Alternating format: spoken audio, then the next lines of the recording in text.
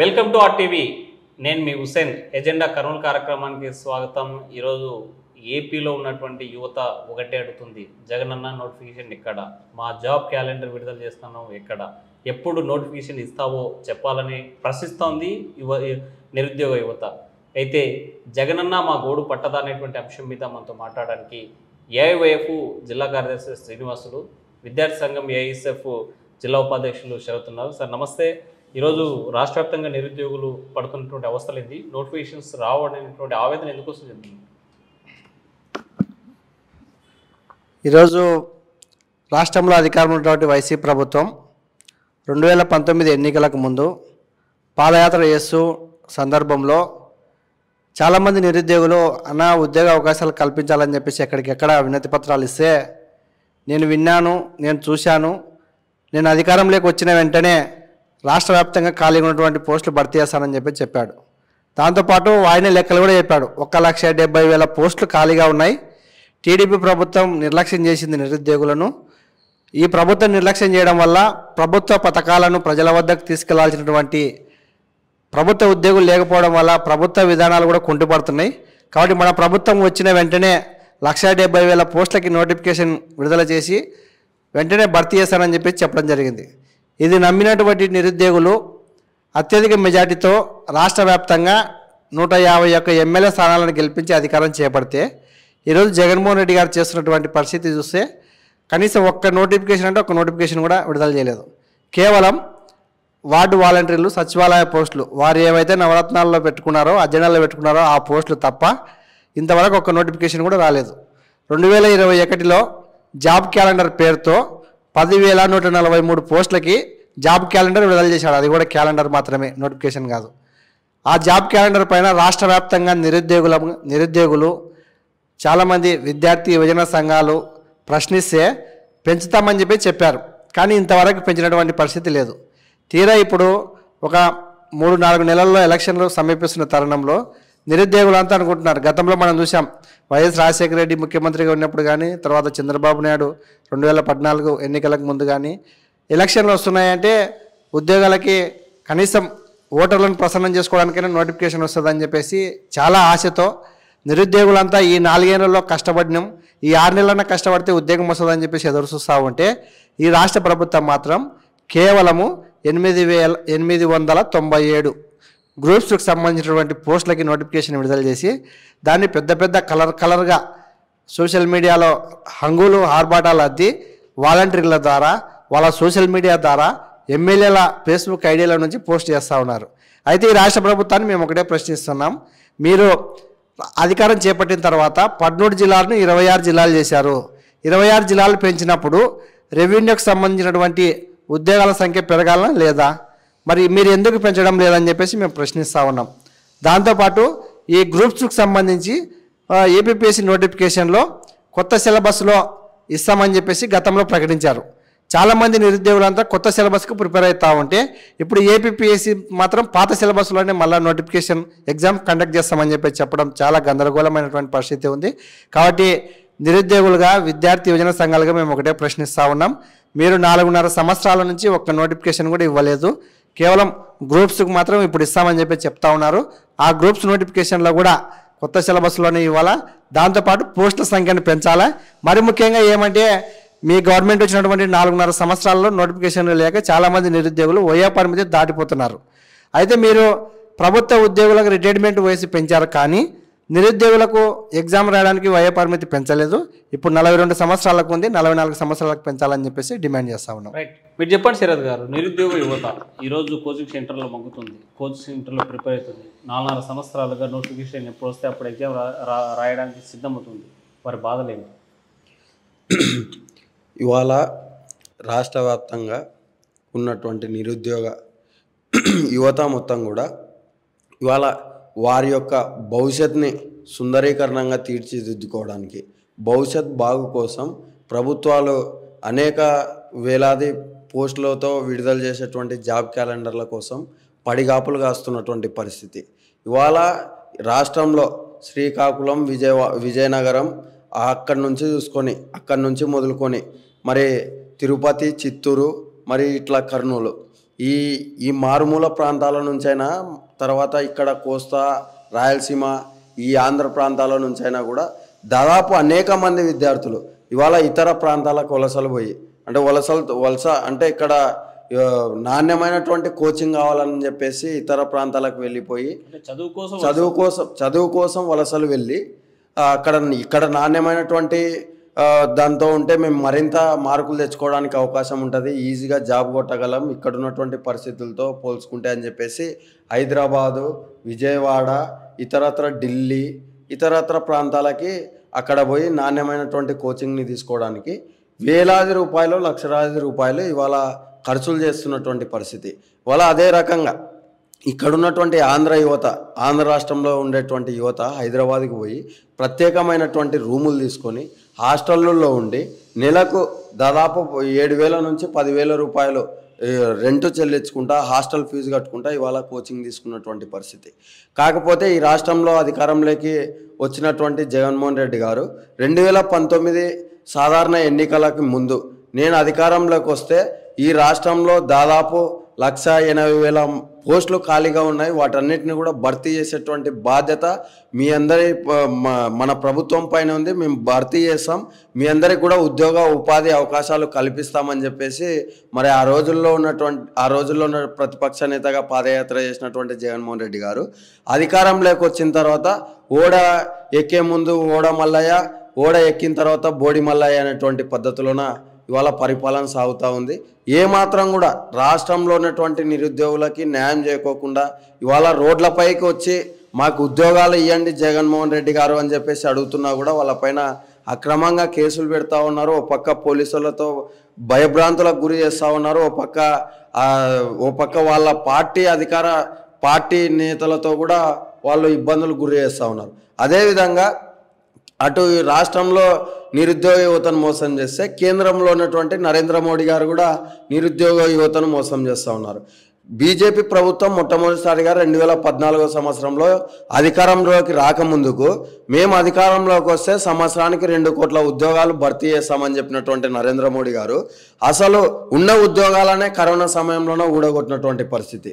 ఇవాళ అట్లా ఇప్పుడున్నటువంటి పరిస్థితుల్లోన బీజేపీ ప్రభుత్వం రెండోసారి అధికారంలోకి వచ్చి రెండో దఫా అధికారంలోకి వచ్చిన తర్వాత దాదాపు 8-9 సంవత్సరాలు గడుస్తూ ఉన్నా సంవత్సరానికి 2 కోట్ల ఉద్యోగాలన్నా కూడా 9x2 18 కోట్ల ఉద్యోగాలు ఇవాళ విడుదల చేయాల్సినటువంటి బాధ్యత కేంద్ర ప్రభుత్వం పైన ఉంది. రైల్వేలో ఖాళీగా ఉన్నాయి, పోస్టల్ డిపార్ట్మెంట్లో ఖాళీగా ఉన్నాయి, అదేవిధంగా ఇతరత్ర ప్రభుత్వ శాఖల్లో చాలా వరకు ఖాళీగా ఉన్నాయి. రాష్ట్రంలో పోలీస్ శాఖల్లో ఖాళీగా ఉన్నాయి, ఉపాధ్యాయ పోస్టులు ఖాళీగా ఉన్నాయి, అధ్యాపక పోస్టులు ఖాళీగా ఉన్నాయి. దాదాపు 2,50,000 పోస్టులు ఇవాళ ఖాళీగా ఉన్నటువంటి పరిస్థితి. స్వచ్ఛందంగా ఆ పార్టీ అధినేత, పార్టీ కీలక నేత, తర్వాత ఈ రాష్ట్ర మంత్రిగా బాధ్యతలు నిర్వహిస్తున్నటువంటి ఆర్థిక శాఖ మంత్రి బుగ్గన రాజేంద్రనాథ్ రెడ్డి గారు, ఆర్థిక మంత్రి గారే స్వయంగా శాసనసభలో ప్రకటన చేశాడు. ఈ రాష్ట్రంలో ఇన్ని పోస్టులు ఖాళీగా ఉన్నాయి, దాదాపు 2,40,000 పైగా పోస్టులు ఖాళీగా ఉన్నాయి. వీటన్నిటిని కూడా అంచనాలు వేసి అంచనాలతో మరి వాళ్ళతో చర్చలు జరిపి పోస్టులు ఆర్థిక అనుమతులతో మరి చర్చలు జరిపి ఈ పోస్టులు కూడా మొత్తం కూడా ఫుల్ఫిల్ చేసేటువంటి బాధ్యత మా పైన ఉంది, మేము తీసుకుంటున్నాం. నిరుద్యోగులు ఎవరు నిరుత్సాహపడొద్దు, అధైర్యపడొద్దు, మీకు అండగా మేము ఉన్నామని చెప్పేసి ఓవైపు బుగ్గన రాజేంద్రనాథ్ రెడ్డి గారు కూడా చెప్పినప్పటికీ కూడా ఏ మాత్రం చలనం లేదు. ఇవాళ ప్రభుత్వానికి ఎన్నిసార్లు విన్నపించినా, విద్యార్థి విధాన సంఘాల ఆధ్వర్యంలో ఎన్నిసార్లు విన్నపించినా కూడా చెవిటోన్ చెవిలో చెంకూదినట్టు ఇవాళ రాష్ట్ర ప్రభుత్వం తీరు ఉన్నట్టు మేము భావిస్తూ ఉన్నాం. మీరు చెప్పండి శ్రీను గారు, ఒకటి చెప్తున్నారు, రాష్ట్ర ప్రభుత్వం అధికారానికి వచ్చినటువంటి జగన్మోహన్ రెడ్డి ప్రభుత్వం ఈ భారతదేశ స్వతంత్ర చరిత్రలో ఈ 77 ఏళ్ల స్వతంత్ర భారతంలో ఏ రాష్ట్ర ప్రభుత్వము కూడా 1,24,000 ఉద్యోగాలు ఒకేసారి నోటిఫికేషన్ ఇచ్చినటువంటి ఏ ప్రభుత్వం లేదు. మరి ప్రభుత్వం చెప్తున్నట్లు ఎన్నికలకు ముందు అధికారంలో ఉంటే నేను అధికారంలోకి వస్తే 1,80,000 ఉద్యోగాలు భర్తీ చేస్తామని ఇచ్చినటువంటి హామీని భర్తీ చేశాము, మరి ఇది ఉద్యోగాలు కావాలని ప్రభుత్వం చెప్పేటువంటి పరిస్థితి మీరేమంటారు? మేము చెప్తున్నాం కదండి, ఒక వార్డు వాలంటీర్లు సచివాలయ పోస్టులు మాత్రం భర్తీ చేశారు.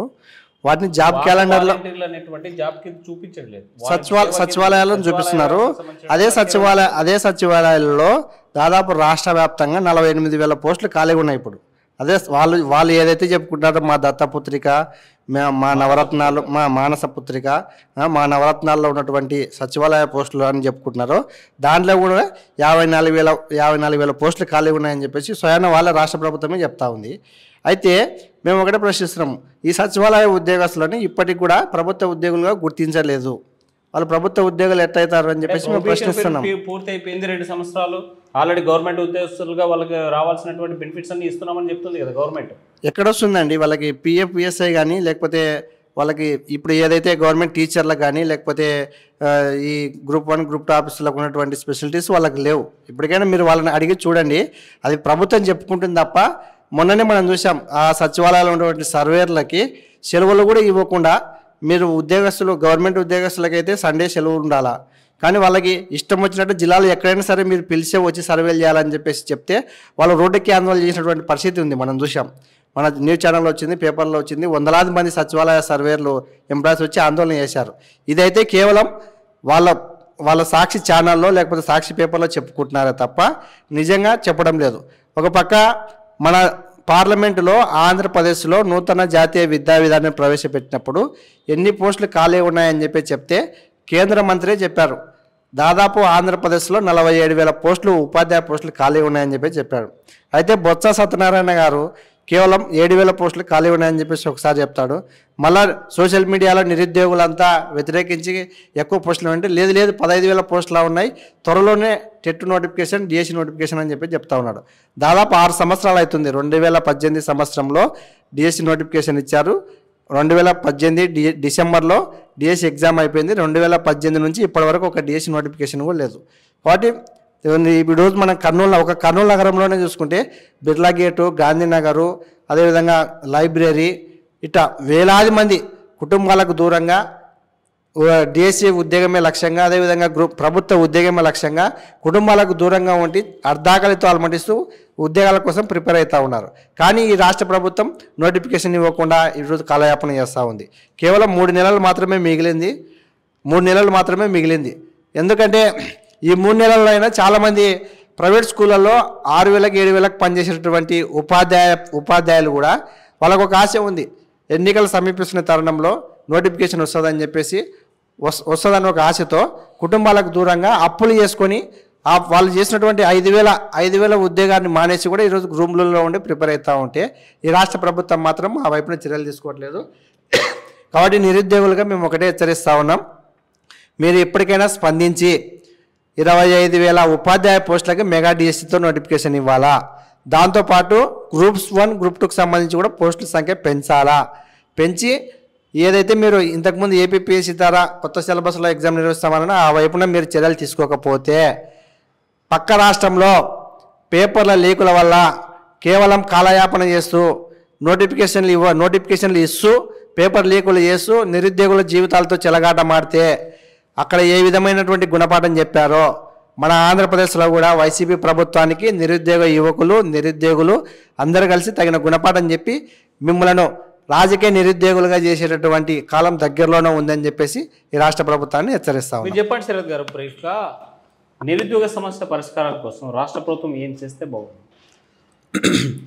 ఇవాళ ఈ రాష్ట్రంలో ఉన్నటువంటి నిరుద్యోగం కోసం ఈ రూపుమాపాలంటే ఆర్థిక సంఘంతో పాటు తర్వాత ప్రణాళిక సంఘానికి సంబంధించి వీటన్నిటిని కూడా సమీక్షలు నిర్వహించి ఈ రాష్ట్రంలో ఎంత అప్పులు చేసింది దాని ఎందుకంటే ఇప్పుడు మళ్ళీ ఉద్యోగాల కోసం మళ్ళీ నోటిఫికేషన్ విడుదల చేయాలంటే మళ్ళీ అప్పులు తీసుకొని రావాల్సిందే, అప్పులు చేయాల్సిందే. ఇప్పటికే దివాలా తీసింది రాష్ట్రం అప్పులు చేసి. ఈ రాష్ట్రంలో మరీ అది రేపు రాబోయే తరాలపైన ఆ ప్రభావం చూపిస్తుంది. ఇప్పుడు అప్పులు చేస్తే ఆ ప్రభావం చూపిస్తుంది.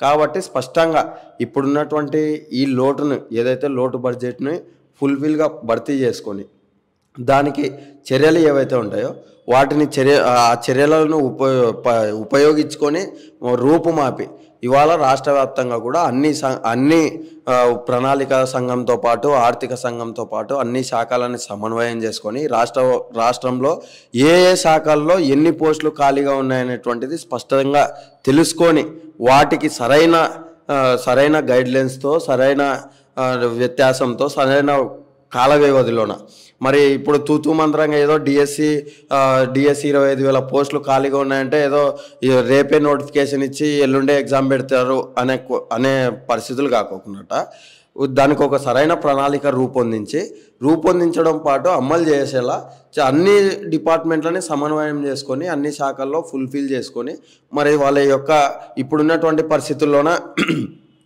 ఈ సచివాలయ ఉద్యోగులకి పిఎఫ్లు ఈఎస్ఐలు లేవు అని చెప్పేసి ఇప్పుడే మన శ్రీనివాసులు గారు చెప్పారు. మరి అదే పరిస్థితుల్లోన వాళ్ళకు కూడా కనీసం ఇప్పుడున్నటువంటి పరిస్థితుల్లోన మరి టీఏడిఏలు కూడా పనిచేస్తున్నటువంటి ప్రజెంట్ ఉద్యోగులకు కూడా టీఏడిఏలు లేకోకుండా ఇవాళ రాష్ట్ర ప్రభుత్వం టీఏడిఏలు అడిగితే కూడా వాళ్ళ పైన కక్ష సాధింపు చర్యలకు దిగుతూ ఉంది. అటువంటి పరిస్థితుల్లో తలెత్తకుండా ఉద్యోగస్తులు ఎవరు ఈ ప్రభుత్వం పైన తిరగకుండా ఉండాలంటే వాళ్ళని కూడా ఆ ఉపాధ్యాయ సంఘాలు ఏవైతే ఈ సంఘాలు ప్రభుత్వం మీద తిరుగుబాటు చేయకుండా ప్రభుత్వం పైన తిరుగుబాటు చేయకుండా వాళ్ళతో పాటు కూడా కూర్చొని సమన్వయం చేసుకొని మీకు ఎన్ని పోస్టులు ఖాళీగా ఉన్నాయి మీ డిమాండ్లు ఏమని చెప్పేసి వాళ్ళతో చర్చలు జరిపి ఒకవైపున ప్రభుత్వ అధికారులతో సమీక్షలు జరిపి రాష్ట్రంలో స్పష్టమైనటువంటి ఉపాధి కల్పించేటువంటి జాబ్ క్యాలెండర్ని విడుదల చేసి దాన్ని అవకతవకలు జరగకుండా గతంలో ఇక్కడ మన పక్కనే ఉన్నటువంటి తెలంగాణ రాష్ట్రంలో అవకతవకలు జరిగి నిరుద్యోగులందరూ ఇప్పటికే ఆందోళనలో ఉన్నారు. అట్లాంటి సమస్యలు తలెత్తకుండా పూర్తి స్థాయి బాధ్యతలు ప్రభుత్వమే తీసుకొని ఆ వైపున రూపుమాపాలని చెప్పేసి మా అభిప్రాయం. రైట్. ఒకటే విద్యార్థి యువజన సంఘాలు డిమాండ్ చేస్తున్నాయి. ఈ రాష్ట్రంలో ఉన్నటువంటి నిరుద్యోగులు ఆవేదన వ్యక్తం చేస్తూ ఉన్నారు, ఆందోళన చెందుతున్నారు. అప్పులు చేసి మరీ కోచింగ్ సెంటర్లో ప్రిపేర్ అయ్యేటువంటి పరిస్థితి. ఉద్యోగులు తమ అదృష్టాన్ని పరీక్షించుకునేందుకు సిద్ధమవుతున్నారు. ఆ రకంగా ప్రభుత్వం నోటిఫికేషన్ ఇవ్వకపోతే మాత్రం ఈ రాష్ట్ర ప్రభుత్వం మీద తిరుగుబాటు తప్పదు. రాబోయేటువంటి ఎన్నికల్లో మాత్రం తెలంగాణ ప్రభుత్వంకి పట్టినటువంటి గతే ఈ రాష్ట్ర ప్రభుత్వానికి పడుతుందనేటువంటి హెచ్చరిక చేసేటువంటి పరిస్థితి. ఇది ఇవాళ ఎజెండా కర్నూలు కార్యక్రమం. మరో ఎజెండాతో మళ్ళీ కలుద్దాం. Thank you. మరిన్ని వీడియోస్ కోసం ఛానల్ సబ్స్క్రైబ్ చేయండి, లేటెస్ట్ అప్డేట్స్ కోసం వాట్సాప్ ఛానల్ ఫాలో చేయండి అండ్ లింక్ డిస్క్రిప్షన్ లో ఉంది.